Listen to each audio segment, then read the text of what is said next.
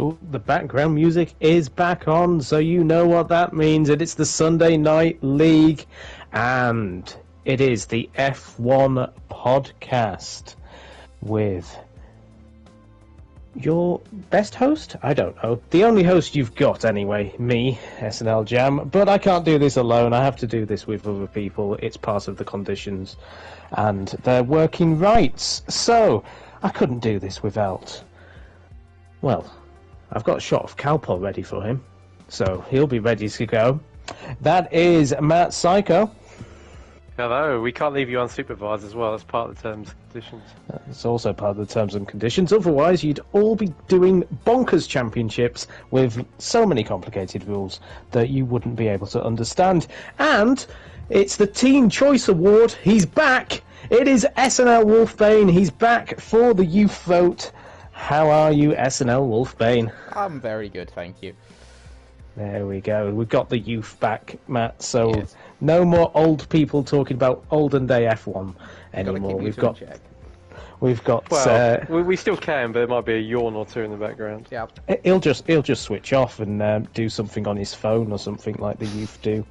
Anyway, make sure you're watching on SNL's YouTube channel. We have had a huge boost in numbers, actually, at the moment. We're hitting triple figures for all of our videos right now, so thank you everybody that is tuning in live for the GTE Championship on Sunday nights. We will talk about that later on in the podcast. Fantastic race at the Nürburgring at the weekend. These two obviously were racing in it. I was watching it and commentating as usual, missing the racing, but we're here to talk about the Monaco Grand Prix, and first of all, it might possibly be the last Monaco Grand Prix we ever see, because, I don't know if you've seen this, gentlemen, Monaco does not have a contract for next year, and it wasn't announced at the weekend that they'd renewed it, so let's have general thoughts really about the Monaco Grand Prix in general. Matt, you're the oldest, so you've got the most experience of watching these races. I think you were around for the first one, I believe. So how would it feel if we didn't have a Monaco Grand Prix? Yeah, I remember Ascari winning. I'm sure the first Monaco Grand Prix winner was, actually. Wasn't Ascari there? Farini, maybe. Go and look it up. Monaco is it's not. I think it's just they're it's a bit of a game of chicken at the moment. Monaco think Formula One can't survive without it. Formula One, I think, pretty blatantly think they can. Now they've got places like Miami and Singapore and Vegas come in and the like. It's not the be all and end all that used to be, but I think F1 would be the poorer without it. Races, yes, are usually pretty much processional if it's dry. When it's wet, they're brilliant. But I'd be sad to see it go if purely for the drivers' challenge. The drivers love it, and qualifying is the best qualifying of the year. So yeah, no, I don't think it would be gone. I think Formula One are playing hardball and they want to get some concessions out of Monte Carlo. But I think there'll be a new contract. I think it'd just be much more on Formula One's terms, I think. Wolfbane, your thoughts on Monaco in general? You weren't here last week as we previewed it briefly at the end of the podcast. I'll be interested to hear your view because you're relatively new to Formula One over the past few years. So, what do you think of Monaco? It holds a lot of prestige. It's without a doubt probably, dare I say, the most recognised Formula One race on the calendar. It's definitely, as you said, Matt, it's definitely one that the drivers love.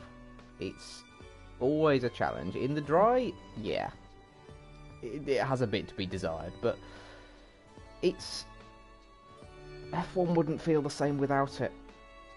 It's you'd be getting rid of part of F1, I think, and while there is an argument to be made for moving on past it, I think I don't want to say its time has come, because I don't think it has.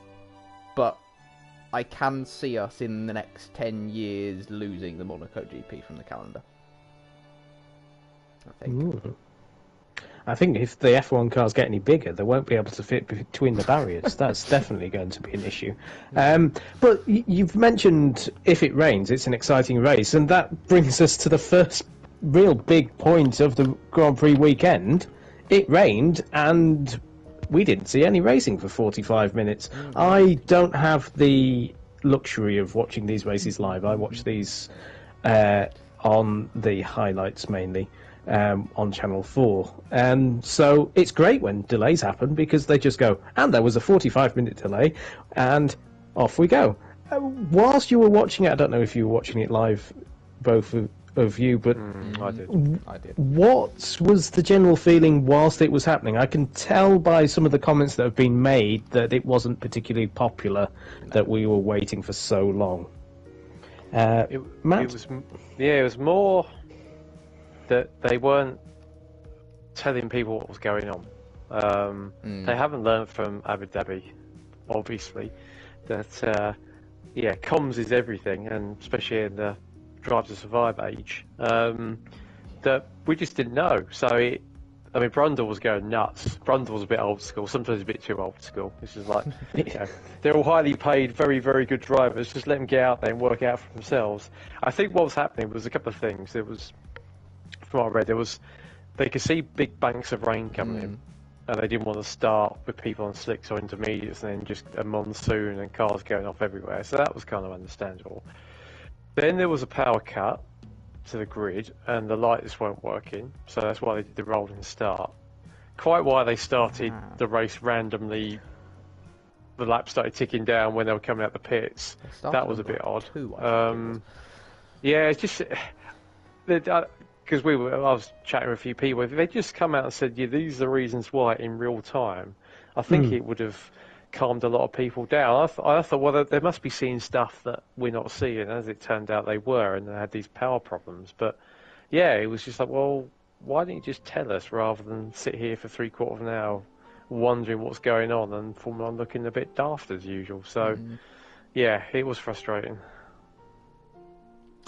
Wolfgang, were you watching it live as well, or same boat? I was very much half watching it live because I sitting around for 45 minutes watching them contemplate whether to let the cars out on the track is not the most interesting of. It was really, really dull, and I think that's possibly the biggest problem that they've got at the moment because they are very careful. It's been more noticeable over the last few years, but they've become they've become more careful when it comes to wet races than they used to be, which is understandable because, especially around Monaco, I think, as Matt said, there was. I didn't know about the power cut, but I did know about the imminent threat of very heavy rain. It's. I understand why, but I think they should have kept everyone in the loop because it did feel like sitting in the dark, being like, "Are we gonna go, or what are we waiting for?" It does feel like F1 since Abu Dhabi is being overly cautious with bits and pieces, but still hasn't learnt the lessons from that. We had the Esteban Ocon incident with Lewis Hamilton, which we'll get into the race a bit more, but I mean, that penalty seemed to take an age to come up as being a decision, and Ocon rightly sort of was a bit like, well, that's a bit of a weird one, why have we got a penalty now? So long after the event. They seem to just be taking so long on stuff. And it does seem to be a common theme right now. So, we're in an interesting position with the direction Formula 1 is going with its stewarding, its communication with the fans, especially in this day and age. I mean, there we go. Wolfbane, he's young. He's half watching the Grand Prix. He's not fully invested. But something massive might have happened during those 45 minutes, But it's hard to get everything sorted out in those ways when you've got no information. That's the worst thing to do. We've had similar scenes in Paris with the Champions League final where just information was not given and stuff seemed to just be very quiet, but for obvious reasons, because something very bad was happening. But it's this day and age where we can't have things go wrong, and we can't tell people things have gone wrong. Whilst if you actually tell people it's gone wrong, guess what? People are quite understanding and go, actually, thank you for telling us. We now understand, rather than just being annoyed. And that's all we want. I mean, just want to be kept in the loop. So I wonder how much of it is the new race director. I mean, I think he's got 25 years of Le Mans directing, so it's not exactly inexperienced, but Formula 1 might be just a bit of a different kettle of fish. I don't know, but yeah, it's just that lack of communication was the problem. Weirdly enough, not Augustus Farfus. His name's completely escaped me. De Freitas or something. De Freitas. Endurance Nut would tell me. Endurance Nut loves him. He's very at Le Mans. He tells you everything that's going on, and there is live comm. He can broadcast what he's talking about, so he's able to tell everyone what's happening and why decisions are made. And yeah, it's very strange for him to come into this scenario. Whether he's being given a different set of parameters to work in, I don't know. It's very strange because the way he's directing F1 is not the way he directs WEC events, and Le Mans in particular. It's very strange. But there we go. That's something that will be ongoing, I suspect, for a while. But let's get back to the racing, or shall we say qualifying. Charles Leclerc, pole position, brilliant lap, but we had a bit of a traffic jam at the end of qualifying, a bit embarrassing. I did see an amazing tweet that somebody said, imagine telling yourself this is the podium of the 2022 Monaco Grand Prix with Perez spun round, with Sainz also half spun, blocking the entrance to the tunnel as Verstappen arrived. A bit of chaos there in qualifying. Wolfbane, qualifying at Monaco, pretty spectacular, pretty exciting. Yeah, well, I mean, it was a Monaco qualifying. I did only see the highlights, but it was a good qualifying session. As you said, that yeah, it's people are I don't know. It's the whole attitude towards drivers on social media is bizarre because it changes so suddenly. Are you saying people are on social media are unpredictable and impulsive? Yeah, I am, funnily enough. That's quite controversial. I know. Someone will tweet about that. Yeah. It's qualifying at Monaco is always great.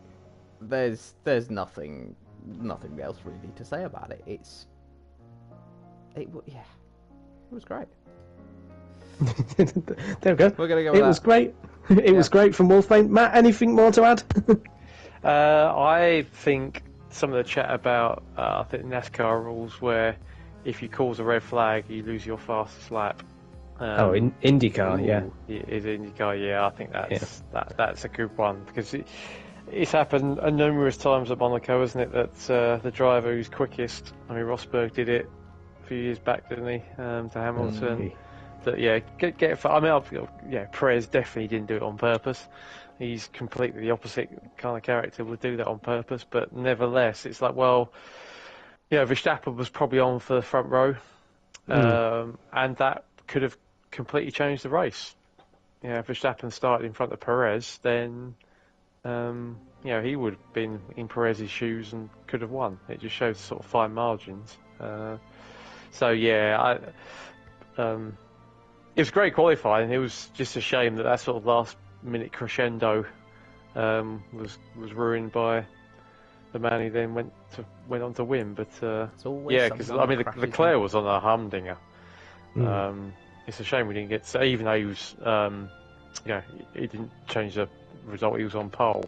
He was something like 4 tenths up or something. He was on His lap absolute was amazing. humdinger of a lap. Yeah. But no, qualifying's ace at Monaco. It always is. You know, I can take a boring race because qualifying's just so good.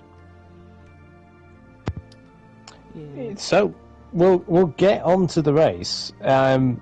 It's a Monaco race. We did have the rain, and we started on full wets, and then drivers started going on inters. We saw the Canadians actually showing how difficult it was at the start. We saw Stroll and Latifi went into the barrier at the hairpin, and Stroll went off at Matinee, hitting the barriers. So both Canadians showing how difficult it was, and both can drive in the wet as well. It's not a slant at both of those. It just showed how tricky it was to start with. And they pitted for inters, and then lap 12, Gasly showed that you can overtake when you've got a tyre advantage at Monaco in the wet, taking up the inside of Zhou. And then a nice move, actually, by Gasly as well at the swimming pool on Ricardo, which is a pretty sweet little move, that, Wolfbane? Yeah, I mean, any moves at the swimming pool, if they get done, they're always nice moves. Monaco is a place that promotes bravery, but also precision. And you really do see some phenomenal overtakes. Yes, they might have different tyre compounds on, but maybe you need that advantage to get your car past. It's just that kind of track.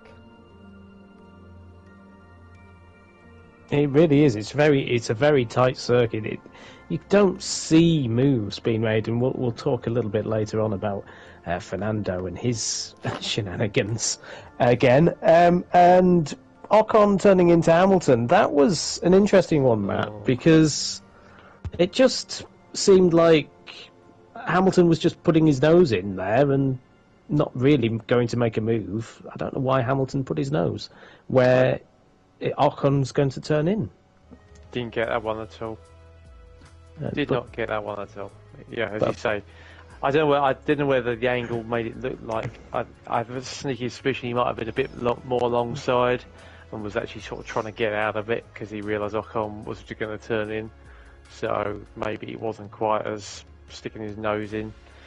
But nevertheless, yeah, I didn't get that. Apparently, Ocon then, I think the lap later, or maybe even the lap before, almost put Hamilton in the wall down the pits straight. So, and the coverage completely missed that, and that was apparently miles worse, and he didn't get done for it. But I didn't get that at all. I hope they're not getting into the overzealous stewarding again.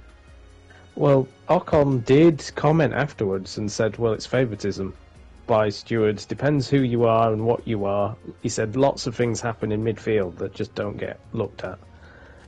Whilst if you do something to one of the star drivers, it's punished. And I don't know, Wolfbane, how you felt about that incident. He got a penalty for it. He got a 5-second penalty for what basically was, I think Matt and I of saying it was Hamilton really shouldn't have put his nose there. Yeah, it was a half-hearted dive at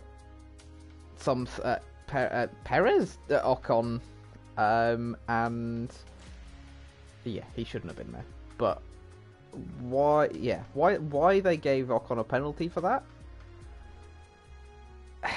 I can kind of understand it because it does look like he turned in on Hamilton, but also nothing really came of it from memory. I might be completely forgetting. I think he got some wing damage. There's a little bit of end plate damage, but yeah. A little bit of end plate damage is quite a lot at Monaco, but it's not ridiculous. And it's that was a racing incident at best.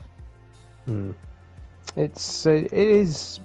Ocon's points he made after the race, they have always sort of been there in a way. Things, I remember in the 90s, some of the drivers used to say before they put the sensors on the grids that you could get away with a jump start towards the back of back of the grid because nobody noticed. You could just get a bit of a roller and have an amazing start from about 20th on the grid. But obviously, they put the sensors in the track. They couldn't do that anymore. It's tricky. We then saw the track start to dry out. Drivers pitting, Leclerc pitting for Inters, but Sainz was adamant that he wanted to stay out until it got to dries, which was the call to make, really. He came in and went on to dries, but that also lost him the chance of winning, in a way. It was the better strategy for him. Sainz dictating the strategy at Ferrari, and Ferrari also double stacking their cars, and that weird message of stay out from Ferrari. And it really didn't sound like the organised Ferrari has disappeared, Wolfbane. Are Ferrari starting to show a little bit of the pressure that we were talking about in last week's podcast, where they might be regretting not taking advantage of their starts? I mean, we've mentioned it time and time again. We're expecting Ferrari to fold at some point. I hope they haven't already. It's... That double stacking made very little sense. Leclerc's radio message and that don't pit radio message, I don't really know what to make of it, but that was messy from Ferrari.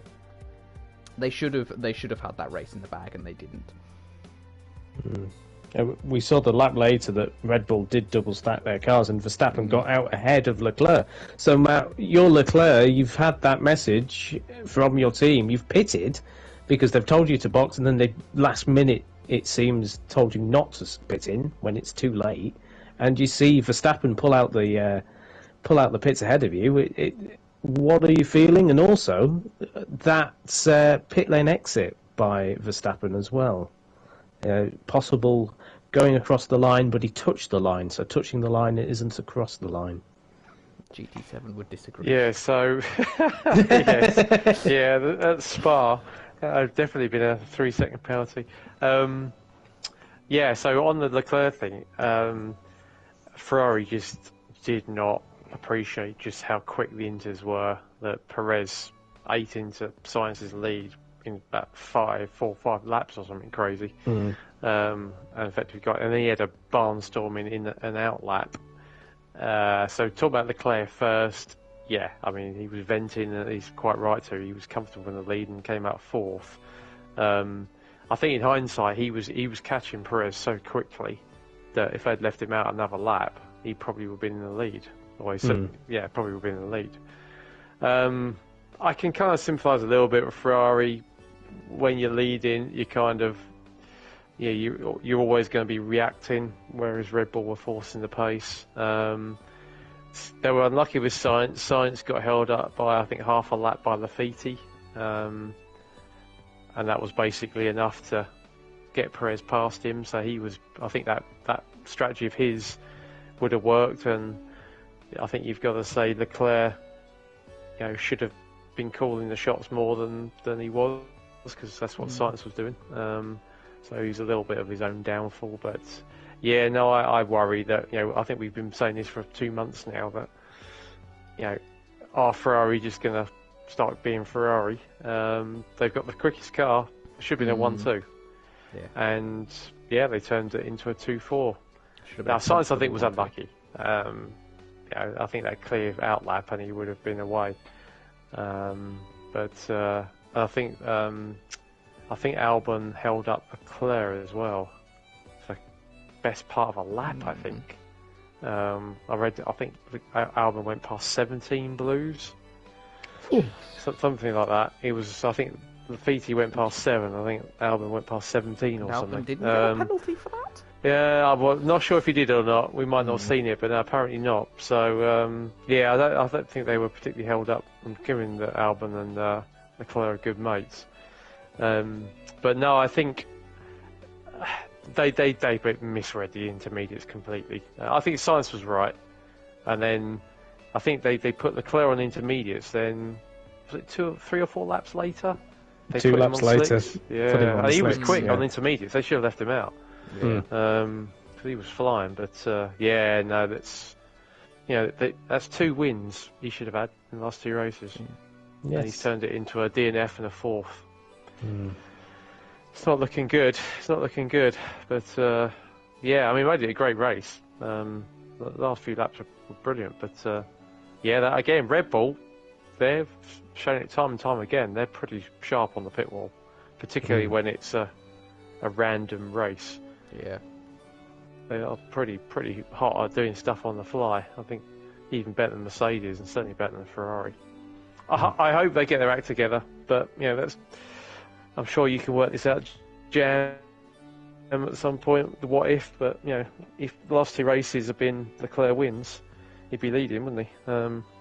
Oh, by about 20 points or so. Yeah, so it's the old Ferrari, I'm afraid, coming back. Mm. It was a sort of race after that. I mean, lap 23, Sainz had a massive scare going down the pit straight. He caught that. I don't know if you've seen the onboard of it. It's amazing. He caught that. It was amazing. Yeah, they were on him live at the time. Oh, were they? He was on the screen live at the time, and yeah, that was like that's in the wall when he managed to catch it. Just but in the back. I don't think that was the best one either. No, it was another one coming down into out the tunnel. Into the chicane. The chicane, yeah, that was phenomenal. I think that was more luck than judgment, but By- that was a phenomenal catch. By Joe, as he tried to overtake Tsunoda, misjudged it. How he doesn't end up just harpooning Tsunoda is amazing. Yeah. But also, we had a weird scenario. I don't know if you noticed this. Did you notice why? Well, this is my theory. I have not seen if he's been asked this, but Perez had a huge lockup on lap 23 into Mirabeau. Do you know what may have caused him to lock up? No, I don't. I don't know if Matt does, but I don't. Well, it was just after the restart, wasn't it? It was just after the restart. Tyres. We've missed a little bit out because it was a bird. A bird flies right in front of Perez as he's driving down towards Mirabeau, and I think that just distracted him slightly. He braked a bit hard and locked up. Yes, he's got cold tyres, but as soon as he sees the bird, he locks. This bird goes across. If you watch the replay, you'll see it go from right to left on the replay. I jumped when I watched it because I thought it was some sort of cat or something had jumped out or done something daft, some animal. But yeah, it was a bird flying across, I think. But nobody's asked him that question, or it didn't become. I remember hearing something to that effect, but I couldn't remember what it was about. It's I'm just reading The Sun. Oh, don't do that. That's what I've just Googled, and it says, after slamming on brakes to avoid bird. Yeah. Very good, yeah. There you go. My vision's okay. But Mick Schumacher had a huge crash. Well, not a huge crash, a weird crash, really, coming through the swimming pool. The aftermath was spectacular. That Haas was in half again. And, Wolfbane, your thoughts on it? Have you read anything about this crash? Because I can't find much about it, actually. No. Whether it was mechanical or driver. I've read both. It was bizarre, is what it was. I would expect he clipped a patch of water, because I think he was on slicks at the time. I can't remember. Yes, he was. Yeah, that's exactly what happened. Yep. I think he clipped a patch of water and the car span. But that was... That could have been a really nasty crash. Yeah, it was... It definitely looked worse with the way that the car disintegrated. They are designed now to do that. Now, I've read that they are meant to dissipate the energy in that way by breaking up. But yeah, Mick Schumacher. We've touched on this a few times, especially after Imola. Is this starting to become? Is Mick becoming a problem for Haas, Matt, or is it just it's something that could happen? Slightly offline, going through the swimming pool. He's touched a bit of water, as Wolfbane said, and oh, somebody's entered the room. Hello, that person. I heard a door, or Wolfbane's left. It's just me. Yeah, is it becoming an issue? Mick Schumi spin. Mick Schumi spin. I'm there we go. trademarking that. Mick Schumi spin. He's getting probably worse than Marzi spin. Mazzy spin. He's started to cost Haas a fortune now. He's driving. He's quick. I think he's holding his own against Magnussen. But again, that's another. I don't know if they're going to salvage much of the car, but they can't afford him to keep doing this. And I think he was unlucky. Anyone can put it slightly offline in the wet, but. And it looked a pretty scary crash, but I'm a bit surprised how easily it came off the back end. But that's what it's designed. Bits falling off cars is good because that's dissipating energy. Again, it's he did the right thing. He went on to slicks. I think one of the first. So it was a brave call, right thing to do. But he keeps sticking it in the wall in big ways. So. I don't know. But would you put him a Ferrari? I wouldn't. No, absolutely. Again, he just needs to dial it down a little bit. Then you lose the speed. But he's got to start. I wonder if the lack of points is beginning to get to him a bit and. He's just trying to overdrive a little bit, but he certainly seems, after a bit of an uncertain start, his qualifying he's getting better. He's more than a match of Magnussen now, but he's just got to stop winning it. You think Miami, he hit Vettel, obviously in Saudi, didn't even start. Monaco, he's put it in the wall again. That Haas repair bill is getting quite big. It's not looking good for him, is it, Wolfbane? It's something. Gunter Steiner made an interesting comment that could be interpreted two ways. He said we've got to do something about something. I think he said for Mick or about Mick. I can't remember exactly what it was. Whether it was to do with adjusting the car so Mick isn't losing it, or whether it is literally Mick's becoming a bit of an issue. It's a testing time for such a young man in the sport. Yeah, it is absolutely. I want him to do well, but it's just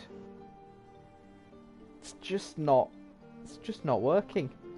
Something's going wrong somewhere, and he's crashing so frequently. Haas might. I don't know. They are not in a good position with him. I don't think. It's a difficult one because he's a Schumacher, but also he's a Schumacher. People expect.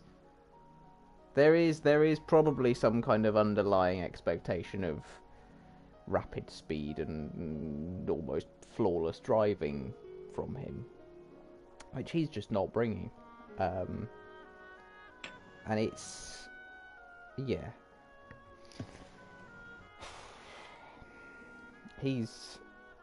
something's not working with him, and it is a shame to see. And talking of drivers that things aren't working for, it's time, I think, again for the Daniel Ricardo corner of is this the end for is this the end?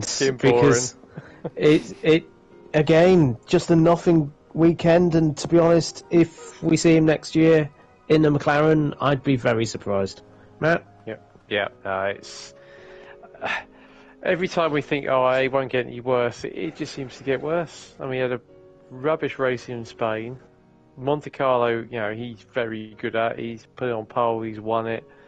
I don't know whether Norris is just massively out driving the car, but yeah, he's just lost his mojo. There was an article I shared during the week, wasn't there, that our favourite author, Mark Hughes, thinks he's out. Zach Brown started to say things like, there's sort of options on our side to do something, which is not what you want to hear as a driver. I think McLaren are coming to the end of their tether with him. He had the benefit of doubt last year, but it's just not working, is it? I say either the car is not as good as we think it is, and Norris is just massively outperforming it. There could be a little bit of that. But, I mean, again, he was miles away, wasn't he? I mean, Norris was, 5th in qualifying? 6th, He was 14th. And where was Ricardo? 14th. 9 it says it all. positions. Yeah, it says it all. Yes. So, I can't see him doing a Vettel either. I can't see him going back to another team. I think he'll go drive Aussie V8s.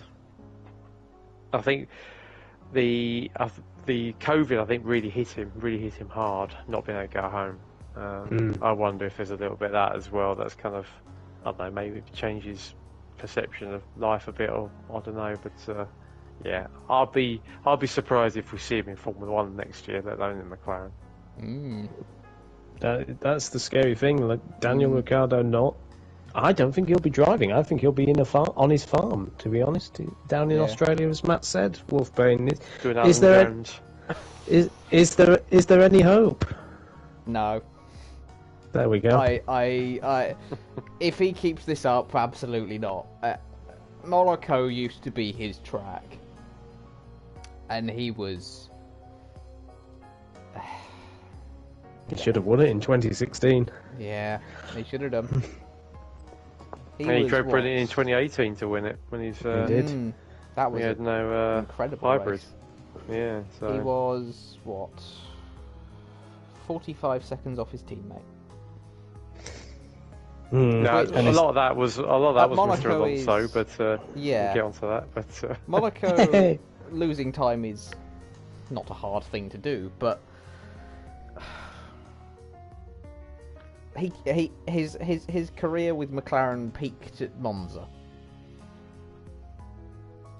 And that was out of the blue as well, really. Yeah. It was picking up, but he was out of the blue. I'd like to give a bit of love, though, to Norris. He's got tonsillitis, and he looks so ill, and yet he's pulling out these performances. I think Lando has had a bit of a hard time, really. He is up there as one of the best, I think, in the world, and he keeps doing it, and people don't seem to be giving him the love. Right.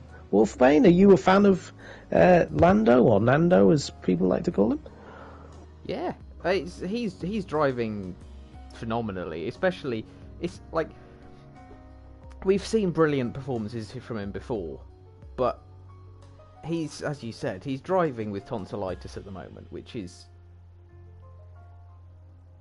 and like he finished 3/10 behind George Russell in what I would say is a worse car than the Mercedes. I think I feel like that says it all at the moment. Pat's in the chat and saying the effects of COVID from pre-season. I suppose this is in relation to Ricardo. Yeah, yes, that's a good shout, Pat. Pat's always great to be in the comments. We are live on YouTube. Comment for us. We normally get a few from Rob on drums as well, but he seems not to be here tonight. So Pat is back for us. Pat, you'll be pleased to know that the quiz is back this week as well. So don't worry about that. So yeah, I've got what? Can I comment on Lando? Yes, I was going to say. I'm a fan of the driver. I'm not a particular fan of him, I've got to say. Yeah. It's just so...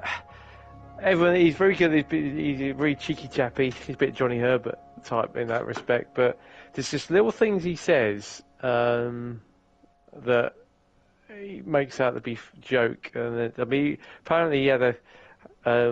Russell was saying he was a bit peeved that his move on Norris wasn't shown on the wasn't screen. shown on TV, and I watched it, and it is, it's a good move. He has to go offline on the wet. Okay, Norris is just coming out of the pits in cold tyres, but Russell has to go offline. No matter his tyres are warm, going offline to pass someone's still a bit dicey, especially up the hill with the Kings. And Norris was like, well, if that's one of the best overtakes you've ever done, then you've not done very many good overtakes, have you? It was just a bit sarky, and he's done this a few times. So, yeah, I'm not a huge fan of him. I think he's doing a great job driving-wise, and yeah, he did look ill. So he's doing amazing from that perspective. But yeah, I used to really like him, but he's just getting a bit. He's had a few digs at Vettel, and it's like, yeah, come back when you've won 4 titles.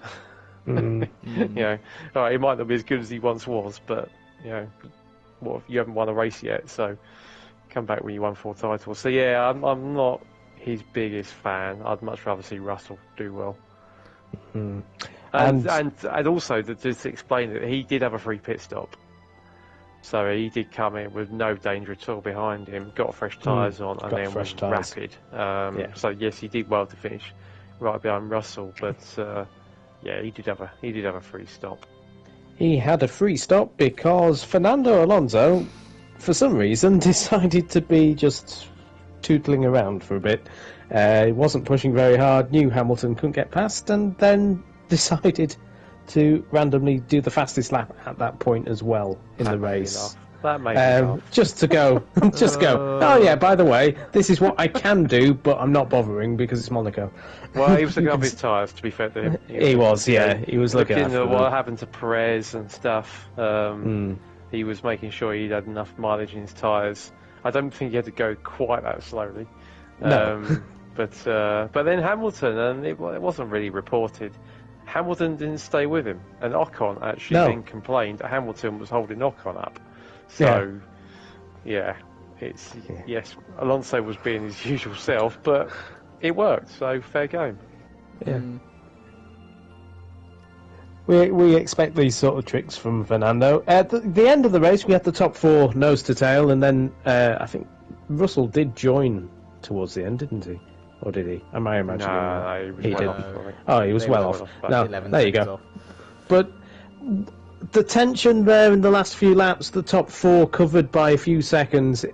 Monaco, there's always that chance that it will happen. There's always that chance going into the chicane at the end of the tunnel, but it didn't. And Perez won, and a well-deserved victory, as we've mentioned, the way that you just absorb pressure in that way. It's so easy to make a mistake at Monaco, and deserving winner, and the best result of his career, do you think? Yeah. Or by a mile. Yeah. Everyone wants to win Monaco. Yeah. Yeah. There's such prestige to winning Monaco. It's You can see the way he was on the podium. Well, he had a little flag ready. Yeah, he was proper emotional. I think every driver wants to win Monaco, regardless of where they're from. So, yeah, absolutely. I thought the engine was really good because I was watching the gap, and Perez sort of started to pull away a bit. And it looked like, okay, I think there was probably 2 or 3 seconds between each of them. They kind of spread out a bit. Then Leclerc, once he got over his little paddy, he started coming back at Verstappen. And then the gaps really started to drop, and on Sky they didn't notice it for a couple of laps. And you could clearly see Perez's tyres are grained. And yeah, Sainz put him under, tremendous pressure, and Monaco especially. It only takes a little lot break or, small mistake, especially if your tyres aren't great.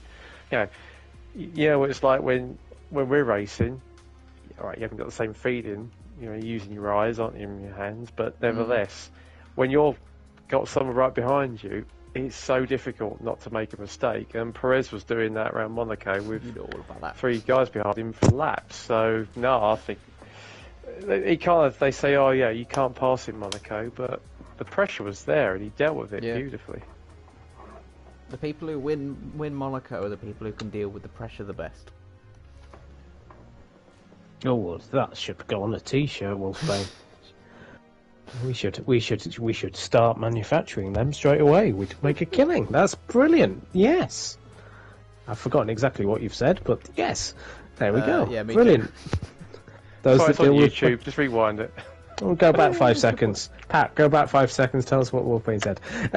We'll get those T-shirts sorted out. Anyway, so let's go through the result. I think we've sort of covered everything. We'll go through the result, and if anybody comes up that you want to mention, then please do. So Perez won, as we've said. Sainz second again. So 2 seasons in a row he's come second. Verstappen in third, which I think he'll be thinking could have been a lot more. Fourth for Leclerc, so he finishes. His dad does. I bet he does. I mean, he's been ranting a lot.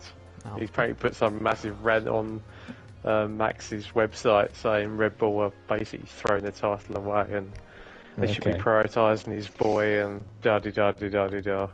I mean, Perez is only 15 points behind him now, so... Yes, which is amazing when you look at that. Russell, 5th place, Gorgeous George, keeping up his top 5 positions throughout the season. Just banking Hamilton. Absolutely showing... I mean, we expected a close fight, but it's really just George's, isn't it? Yeah. It's, yeah, again, circumstances I think were unlucky to Hamilton. But Hamilton's had a lot of bad luck so far this season, I think. Yeah, I think he'd been... I'm not sure if he was on to beat Russell in qualifying. It would have been close, I think. But yeah, again, just a rub of the green and he's on the wrong side of it. But then again, how many races have we had now? 6. Yeah, 6 races. Russell's beaten him in most of them on the road. It's points make prizes, so... It really is. We'll go through the standings in a bit. Norris in 6th place, Fernando in 7th, Hamilton in 8th, just stuck there in 8th all race. Bottas got himself up into 9th place, which, again, the consistency for Bottas, we've spoken about so much during the season. It continues with that. 10th place was Vettel. Yeah. Matt's happy with that. Yeah, a bit of a surprise. He was good in qualifying. To get that Aston Martin in the top 10 in qualifying, I thought was an outstanding effort. Yeah. I was busy at uni, but I was watching the qualifying tracker on my phone, and I was like, "Oh, Vettel's in Q3. That's kind of impressive." Yeah, it was a good lap. Yeah. He's pretty good around Monaco. There was a stat beforehand Pat shared in our Discord about every time he finished, it was in the top 5. Obviously now it's been 10. Here we go. Pat's come back to us. Thank you, Pat. The people that win at Monaco are the people who can deal with the pressure best. There we go. Actually, you could maybe just take the Monaco out, and the people that win are those that deal with the pressure best. Yeah. There you go. Tagline maybe for Sunday Night League rather than serious fun. I don't know. We'll see. It's a bit of a mouthful. Then again, we were talking about different names for the Sunday Night League, and one of the suggestions was absolutely ridiculous. But 11th place was Gasly. We'll talk about the Sunday Night League. I quite like Daz's. I did the league that ends with any day that's got a Y in it. Something like that. Something like that. Yes. Gasly 11th, 12th Ocon, 13th Ricardo, 14th Stroll, Latifi in 15th, Zhou in 16th. But we've got more 17th. people watching it. It's a post 9 o'clock thing. Maybe it's Watershed. Maybe it's Watershed. We're going to start swearing a lot after 9, so people start tuning in. Quick, somebody say fuck. There we go. That's the first time I've ever sworn. Well, that's pretty much what I was thinking when I couldn't shake Wolfbane on Sunday. There we go. Get out my mirror. It's alright, we'll go on to this. Here we go. It's post 9 o'clock. This is when they know the chaos starts happening as well. They know the chaos starts happening because we've been going on for about 45 minutes. Bloody youngsters in their Astons unshaken. Yeah, there you go. So first place was Verstappen in the championship, 125 points, 9 points ahead of Leclerc. And as Matt has said, Perez only 15 points behind. So, he should have won at Barcelona, That's a 7-point swing. That's 14-point swing. It'd be a point behind Verstappen. So, Yeah. there we go. Russell, 84 points in 4th. Sainz, 83 points. So Sainz is going to get Russell, hopefully. Well, I say hopefully. If everything goes right at Azerbaijan. 6th place, Hamilton, with 50 points. So, yes, 34 points between Russell and Hamilton. That says a lot, I think. Even if it is to do with luck. Norris with 48 points. Bottas up there in 8th with 40 points, just 10 points behind Hamilton. That says a lot. Ocon with 30 points, continuing. I mean, he did have the issue of the 5-second penalty, but he would have been about 8th or 9th in the race without that, so still very strong. 10th Magnussen in the Haas. The teams, Red Bull leading with 235, Ferrari 199, Mercedes 134, then a big drop to McLaren with 59, Alfa with 41, Alpine with 40, then another big drop to AlphaTauri with 17, Haas with 15, Aston Martin with 7 points now, and Williams with 3. Pat is in the... was the name suggestion actually something ridiculous or just a ridiculous suggestion? I think it was... All of the above.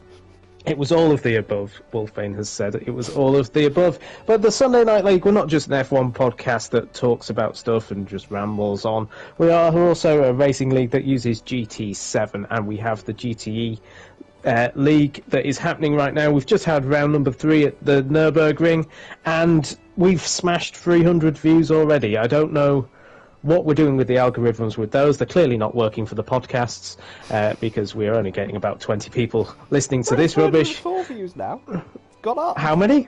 304. It's gone up since There the we last go. time we looked. There we go. 304 people have watched the action from Sunday night, and what a brilliant race it was as well. The rain hit, but not as hard as the previous rounds, and Matt and Wolfbane, you had a nice little scrap actually early on. With Wolfbane really keeping Matt on his toes. I don't know. Horrible Yeah, I track, couldn't get hate past it. him. It was, yeah. Horrible It was. track. The track's alright. It was. It's not. It's horrible. I hate it. I don't know how that Corvette was, but the Aston Martin was very heavy through those first couple of corners. It was. Like a barge. I envy those people in Live lighter little cars. Yeah. Like anything but a Corvette on Aston, Yeah. basically. I don't. I just suck at the track. There's something about it I'm just not very good at. I don't know why. Yeah, it was a good race. The rain was interesting. It was very different to Spa. Yeah, it was. I made as soon as I went onto mediums and came out and started looking at the clouds, thinking, "Oh, why don't I just put softs on?" Because then, if it rains, I'm on softs. If it doesn't rain, I can do mediums at the end. It was one of those things you think, "Oh, that was just a daft decision." But yeah, the rain was good fun though. It was good fun. That's what I love about GT7. It's just, and it's like, do I, don't I? Intermediates or not? Like For me, it was drizzle like that. can I shake just the stay road out. up. Yeah, I don't think anyone really needed to pit for intermediates. No, it was it was kind all of hovering around the crossover period, but it wasn't wet enough. And the weather radar was... We were kind of skirting the edge of a very, very large patch of rain. Yeah, it was intermittent, wasn't it? It wasn't full block of monsoon weather. So Unlike Spa. yes, that was definite inches of wet. But no, and I love it. It's great. It adds an extra challenge. I had a couple of dodgy moments through the Schumacher S. It was like, oh no, that's not turned. I did as well. Hello, gravel. No, it's great. It adds such a dynamic to it, and you kind of think, well, I'm out of it, but if I make the right call, I can gain a shed load of time. So it's, or I can lose it. But no, it's great. It's as much as I don't like the track, racing on tracks that have got possible rain is great. Did you choose it because of the N24? Was that why you? Is that why we had it? Did Did we have No, Nürburgring? we just used it because it had dynamic weather. I wanted three of the tracks to have dynamic weather, and Nürburgring is not one we use very often. I thought you'd done a sneaky and put in because it was N24 over the weekend.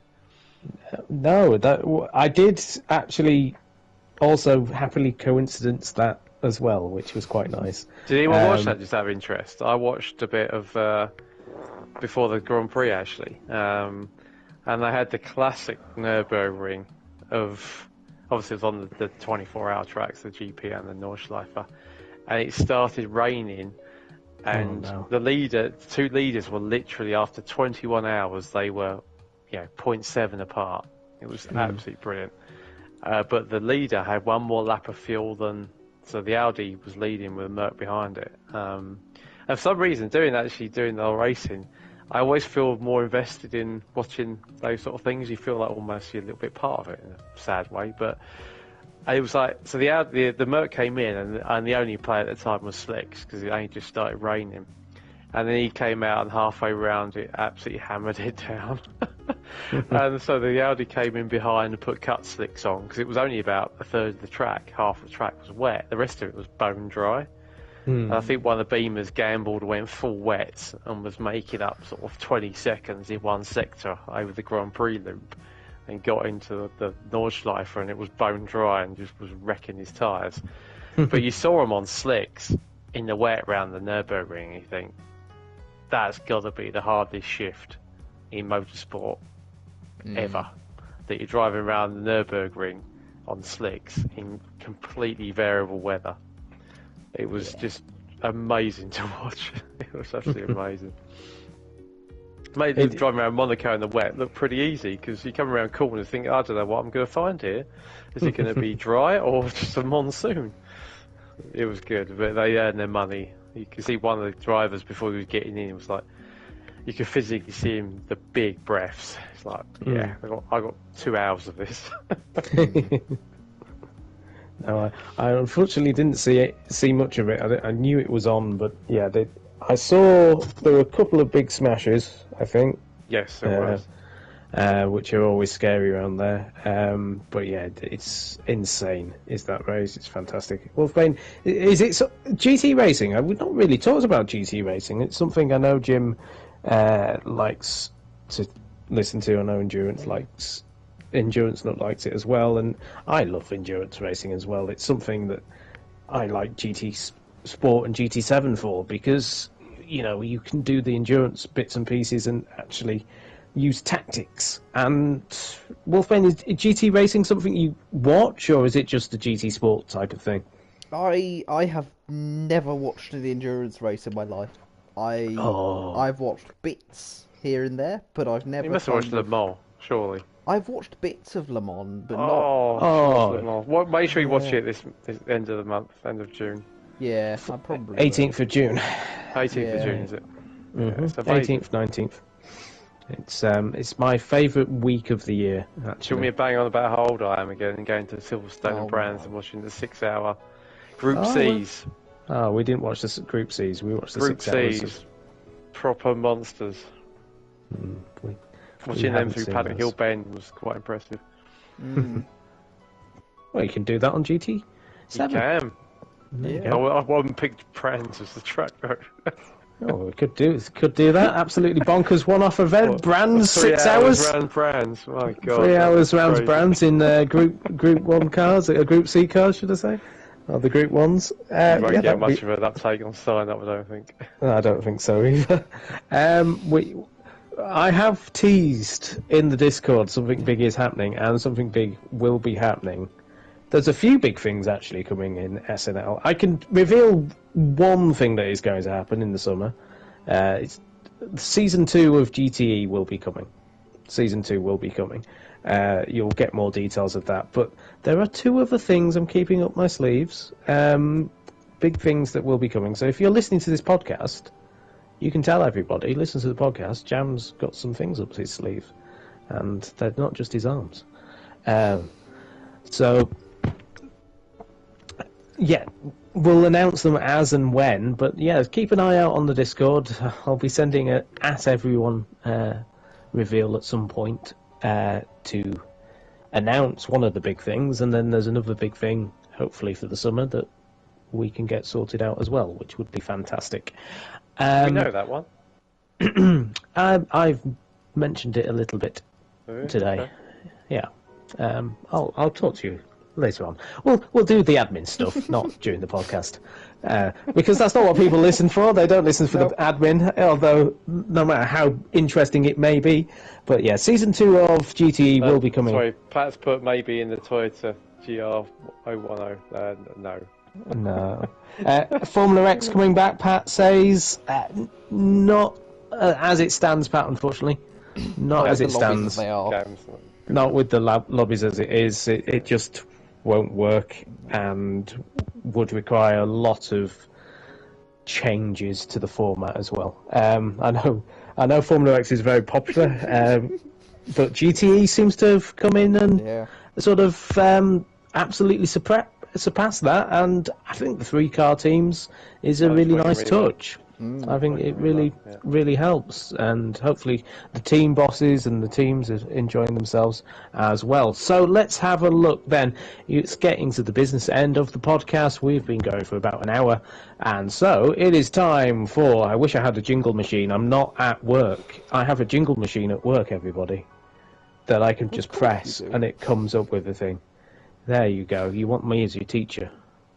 I have a jingle button and everything for quizzes, but I don't have it here because I'm not that technically savvy. Anyway, last week we had a bit of a different quiz, but we're back to the same format as we've had before. We've got Wolfbane and we've got Matt. Wolfbane, you're on that 1-point run so far. I think I missed sort of. You've missed 1 week. You missed last week, but pretend you've got one every week. Okay, cool. I'll keep pretending. You keep pretending. Okay. Bless him. Right. Anyway, I've got 2 envelopes. One has got 3 questions in it. The other one's got 3 questions in. And it's up to you to pick one. So, Wolfbane, because you weren't here last week, let's see. A or B? Do you want A or B? Let's go B. Oh, he's gone B. Let's rustle this. There it is. There's the envelope. I've got the envelope. I've ripped the envelope open. There we go. And you can answer the question before the options, worth 2 points. Otherwise, it's worth 1 point. So, Wolfbane, which team has led the most laps at Monte Carlo? That's a interesting. I mean, I'll have the options, I think. Because in my head, there's a few that it could be. Okay, so there is Ferrari, McLaren, or Mercedes. Yeah. Can I go with Mercedes? No, it's not Mercedes. No. Okay. Matt, would you like to have a go, just for fun? I would say purely because of the age. Oh, I don't know, because McLaren obviously had a sweet... I'll go Ferrari. It was in fact McLaren. It was McLaren. Oh. McLaren. 916 laps they've led around Monte Carlo. Which actually isn't that much, when you consider it's a 78-lap race. I was expecting it to be Mercedes or Ferrari, I'm not going to lie. Yeah, Mercedes haven't been around, and they don't tend to go too well at... I think they had a bit of a purple patch, didn't they? But they don't tend to go too well at... that's a very good point. It's always been, particularly the last 10 years, it's been more... Rosberg won 3, didn't he? And, yeah, I think so. Hamilton won in Mercedes. He 2016, won... I think, didn't 16, yeah, when Ricardo should have won. Yeah. So, there we go. Matt, your question then. Question number 1. How many laps were completed at Monaco this year in the Grand Prix? Oh.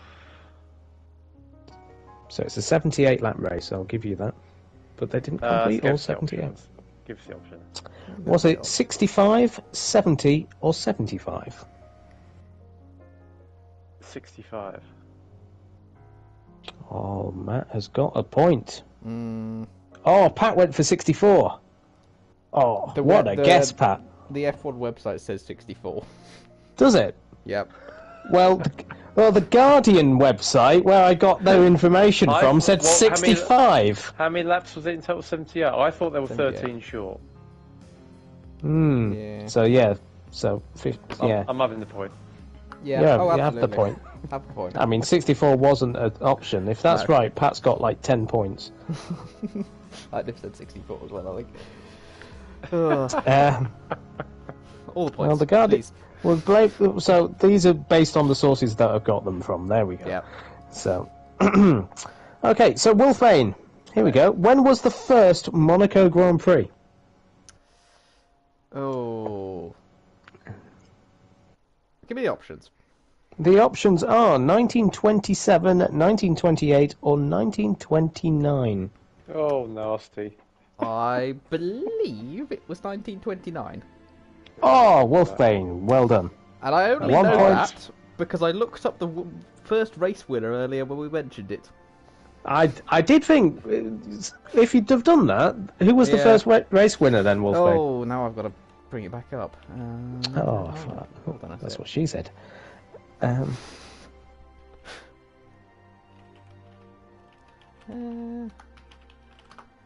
It was... No, okay. Google is not Man- cooperating. Man looks something up on the internet. It's always good radio. Yep. Anyway, whilst Wolfbane's doing that, Matt, shall we have your question? Yes, please. What was the least number of cars to finish a Grand Prix? Or what is the least number of cars to finish a Grand Prix? Well, Happened at anywhere. Well, it happened at Monte Carlo. And I think it was in 96. It was. And that's when Panis won. Hmm. Herbert was third or fourth.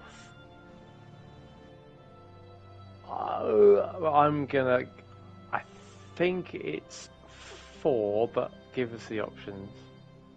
Was it 3, 4, or 5? Git. I think it was 4. It was 4. Oh, I should have gone there. It was 4. So you had. Oh, that's gone. You had Panis winning, Coulthard second, Herbert was in third, and in fourth place was Frentzen. Princeton. So there we go. So Matt currently leading 2-1 to Wolfbane, so he's on 100% record right now. But do have Pat that got on this straight screen. away. Ah, go on then. It was man. won by William Grover Williams in a Bugatti. Ooh, and I can tell you something very interesting about William Grover Williams. Mm. I should have been able to tell you this. He was a Really? spy in yes, because he was a spy in World War II, and there is a book called The Grand Prix Saboteurs, and it's one of the most amazing books you can read about pre-war Grand Prix racing, and also about World War II and and spying.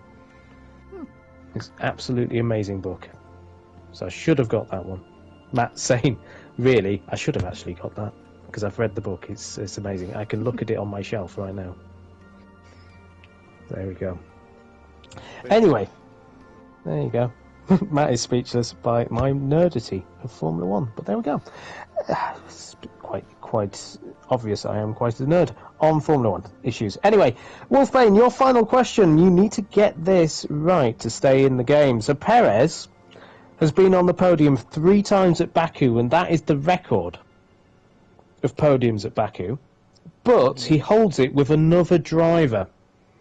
Which driver does he hold that record of 3 podiums with? Give me the options.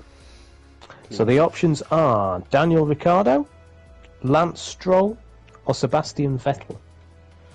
I think it's Stroll. It's not Stroll. It isn't. Oh, well now. Matt, dear. do you know? I'll go for Vettel. It is Sebastian Vettel. So Pat went for Bottas. Close, Pat.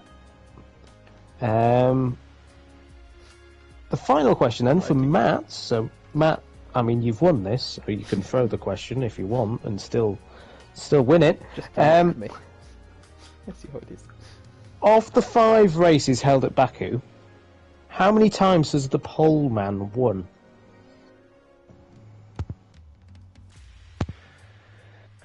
Ooh.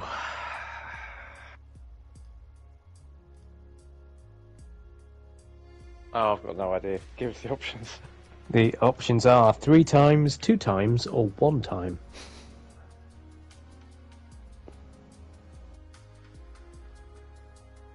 I will say 2. Oh, it is 2 times. Matt's got all of his questions correct. Can you name them? No. No. Pat, can you name them? Can Ricardo you name the 2 won. people? Who won from pole? Yes. Go on, Pat, you can go as well in chat, but who would that be? Did Rosberg win it on the first one? That was Yes, the first one was absolute boring race. We were at Le Mans and very happy we didn't watch the race. Yeah, and everyone's going, we should get rid of Azerbaijan. It's been brilliant ever since. Yes, exactly. No, there were some people watching the Grand Prix at Le Mans, which I feel was sacrilege, but there we go. No, I can't name the second. The second one was Bottas Right. in 2019. So that's when he won. So there we go, Matt. You've won a game. It feels that one day Wolfbane will come and take that title away from you. One day I will get more than 1 point. One day, yes. Wolfbane at the moment, 2 points is Wolfbane's dream. Consistency. Yes. There you go.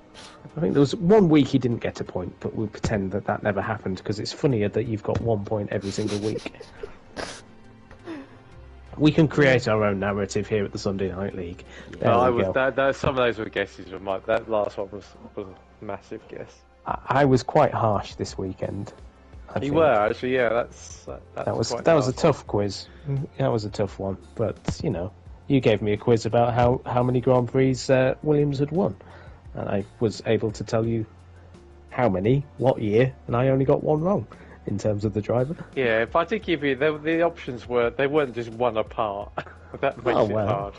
That does make it hard. I was extra harsh.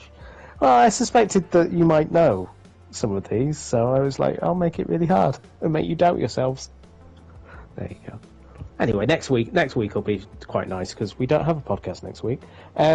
It's 2 weeks' time until the Azerbaijan Grand Prix, which I must admit has always been a very interesting race, really. The first one was intriguing and a bit dull, but it was intriguing because we had the narrow castle section and everybody thought we'd get cars blocked up there.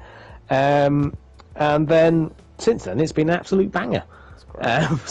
So, last week we weren't able to predict who would win the Monaco Grand Prix. I don't think we mentioned Perez. We said, I think, Leclerc, and I think I said Sainz as well. So, second place. Sainz. Oh, I don't always say Sainz. Regularly say Sainz. I like Sainz. Anyway, shall we go for Baku predictions? Matt, who do you think will win at Baku? I will go again for Leclerc. It's got to happen at some point, surely. Ferrari's quick through the twisty, short stuff. So I'm going to go for Leclerc. Wolfbane. Oh, I'm going to go for Perez. Ooh. To take the championship lead. If he did, yeah. Ooh, very nice. He's on good form at the moment. Yeah. He is. It could be a Red Bull battle between the two of them. He's just signed as well for 2023, hasn't he? Until 2024. So, yeah, it's very good for Perez at the moment. So, yeah, he won there last year. Pat's gone into chat and said Charles, Max, and Carlos. So that's pretty good. I'm going to go with Max. I don't think he's going to be very happy. And I think that Red Bull's pretty good in a straight line. So I feel Max will win. But I mean, it could be Hamilton to prove me wrong. still stand by. Hamilton's not going to win a Grand Prix this year. I'd like to think one of the Mercedes or McLarens or even Bottas could win a race this season, but at the moment I can't see it happening. There is a big gap between those top 4 and then the rest of the field, and then the Mercedes and then the rest of the field. Yeah, it's a bit of a jump. Anyway, with that, we've come to the end, dear listeners. Well, thank you very much for listening all the way to the end of the podcast. If you've made it this far, give us a like. You might as well. You got this far. It really does help with all the bits and pieces, and yeah, it's just great fun to talk to you and talk to. Well, I say talk to you, listener. I'm not really talking to you. You're apart from Pat. Pat's here. It's with Wolfbane and Matt. So, any final thoughts, Matt? No, looking forward to GT on Sunday. Assuming I'll stay low-key free. Bathurst is always a brilliant track to drive. Slightly scary coming down the hill. Great race around there last week. It's gonna be. It's a fun track. It's a brilliant track. So looking forward to that. Starting at dawn as well, so we're starting in the night, just to make it a bit more spicy as well. Wolfbane, any final thoughts? No. Final thoughts, no. No final thoughts from Wolfbane. There we go. That's the insight you come to expect from the SNL F1 podcast. Join us for GTE on Sunday, 8 o'clock, live here on the YouTube channel. We are at Bathurst. We've got an amazing championship battle, actually, going on with Matt Psycho. Is currently leading by 7 points from Silent Wolf, and I think it's 11 points between yourself and Bunnies as well. So anything can happen, and Illusion's creeping up. Illusion, if he wins all the races, he's coming. For the rest of you now. Yeah, he's got past Wolfbane, so he's won 2 races in a row. He's the man on form in that Subaru, so he's good round Bathurst as well. So we will see what happens on Sunday night. Thank you for listening to Sunday Night League F1 podcast, and until Sunday, enjoy, stay safe, and good night.